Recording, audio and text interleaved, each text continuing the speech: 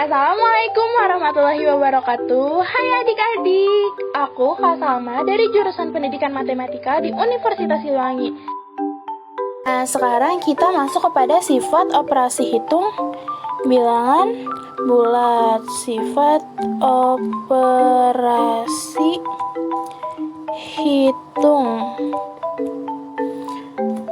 Nah, sifat operasi hitung pada bilangan bulat ini ada 3. Ada yang pertama itu komutatif, yang kedua ada asosiatif, dan yang ketiga ada distributif. Nah, kita akan bahas satu-satu tentang komutatif, asosiatif, dan distributif. Nah, yang pertama kita akan mempelajari sifat komutatif.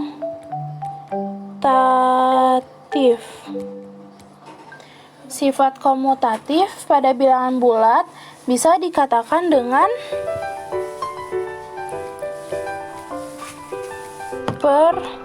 pertukaran. Nah, sifat komutatif hanya berlaku pada penjumlahan dan perkalian, jadi tidak berlaku pada pembagian dan pengurangan. Tidak berlaku. Oke. Nah, contohnya gimana, Kak? Maksud dari sifat komutatif itu? Nah, contohnya itu kayak gini. 2 plus 7 sama dengan 9. Maka komutatifnya yaitu 7 plus 2 sama dengan 9. Jadi bilangan di depan ditukar dengan bilangan yang di belakang. Jadi yang tadinya awalnya itu 2 dengan 7, maka ditukar 7 di depan dan 2 di belakang. Nah, ini pada operasi penjumlahan. Kalau perkalian gimana, Kak? Nah, contoh pada perkalian yaitu 3 kali 9 itu sama dengan 9 dikali 3. Hasilnya sama-sama 27, sama-sama 27. Jadi sama kayak tadi, yang di awal ditukar ke akhir, yang akhir ditukar ke awal. Jadi ini yang dinamakan sifat komutatif atau disebut dengan sifat pertukaran. Nah, selanjutnya yaitu sifat asosiatif. Sifat asosiatif dikenal juga dengan sifat pengelompokan. Nah, sifat ini sama seperti sifat komutatif, hanya berlaku pada penjumlahan dan perkalian. Nah, kakak di sini mau ngasih tahu sifat umum dari asosiatif ini. Sifat umumnya itu A plus B plus C sama dengan A plus B plus C. Nih, teman-teman bisa ngebedain hanya terdapat pada di dalam kurungnya aja. Ini dalam kurungnya di awal, ini di dalam kurungnya di akhir. Nah, contohnya gimana? Misalnya itu 2 plus 4 plus 3 sama dengan 2 plus dalam kurung 4 plus 3. Jadi di sini terdapat hanya pada di dalam kurungnya aja yang beda. Oke. Nah, ini kan pada penjumlahan.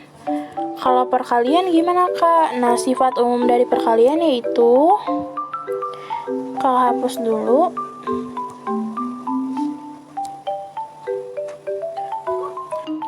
dalam kurung A kali B tutup kurung dikali C sama dengan A dikali dalam kurung B dikali C.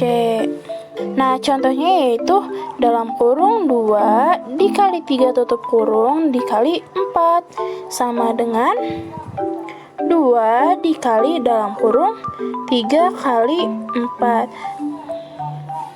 Nah, di sini adik-adik bisa memperhatikan bahwa yang berubah adalah kurungnya aja nih. Kurung buka dan kurung tutupnya aja yang beda. Kalau ini di awal, kalau ini di akhir. Semoga bisa dipahami ya.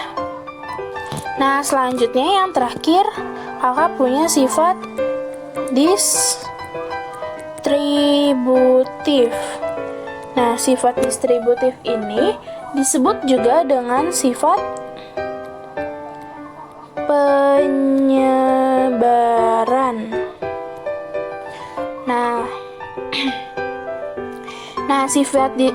Sifat distributif dibagi lagi jadi dua, yaitu yang pertama yaitu sifat distributif perkalian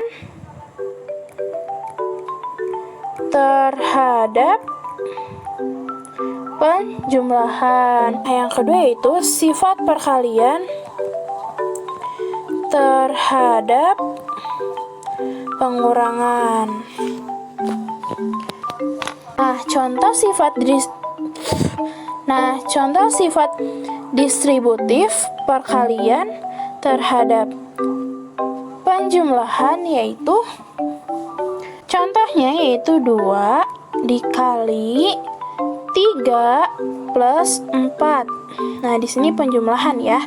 Maka jadinya dalam kurung 2 dikali 3 tutup kurung ditambah 2 dikali 4 tutup kurung. Nah, ini tuh jadi gini. Dari sini lalu 2 dengan 4 gitu. Jadi hasilnya akan sama. Kita lakukan pembuktian. Coba kalau seperti ini, 2 dikali dalam kurung 3 plus 4, 3 tambah 4, 3, 4, 5, 6, 7. Maka 2 dikali 7, 2 dikali 7 sama dengan 14. Nah, kita coba di sini. 2 dikali 3 sama dengan 6. Nah, 2 dikali 4 sama dengan 8. 6 ditambah 8 sama dengan 14. Berarti benar. Pembuktiannya dapat dibenarkan. Nah, yang kedua yaitu sifat distributif perkalian terhadap pengurangan. Contohnya itu kakak punya seperti ini. 3 dikali 4 dikurangin 5. Maka sifat distributifnya yaitu dalam kurung 3 dikali 4 dikurang 3 dikali 5. Nah, jadi ini tuh gini ya. 3 dikali 4 disimpan di sini, ini pengurangannya disimpan di sini. Dan lanjut lagi 3 dengan 5 disimpan di sini. Maka ini adalah sifat distributif atau penyebaran. Nah, benar gak sih hasilnya sama? Kita buktikan. Di sini 3 dikali 4 dikurangi 5 berapa? Negatif 1. Hasilnya berapa? 3 dikali negatif 1, yaitu negatif 3. Nah, kita yang pakai di sini sekarang. 3 dikali 4 berapa? 3 dikali 4 sama dengan 12. 12 dikurangin 3 dikali 5 sama dengan 15. Berarti 12 dikurangin 15 sama dengan hasilnya negatif 3. Wah, sama. Berarti terbukti. Untuk video bilangan bulat, semoga adik-adik bisa mengerti semua. Jika belum mengerti, boleh ditanya di kolom komentar. Nah, videonya sampai sini dulu ya. Terima kasih sudah menonton. Rumah belajar bersama Kak Salma. Wassalamualaikum warahmatullahi wabarakatuh.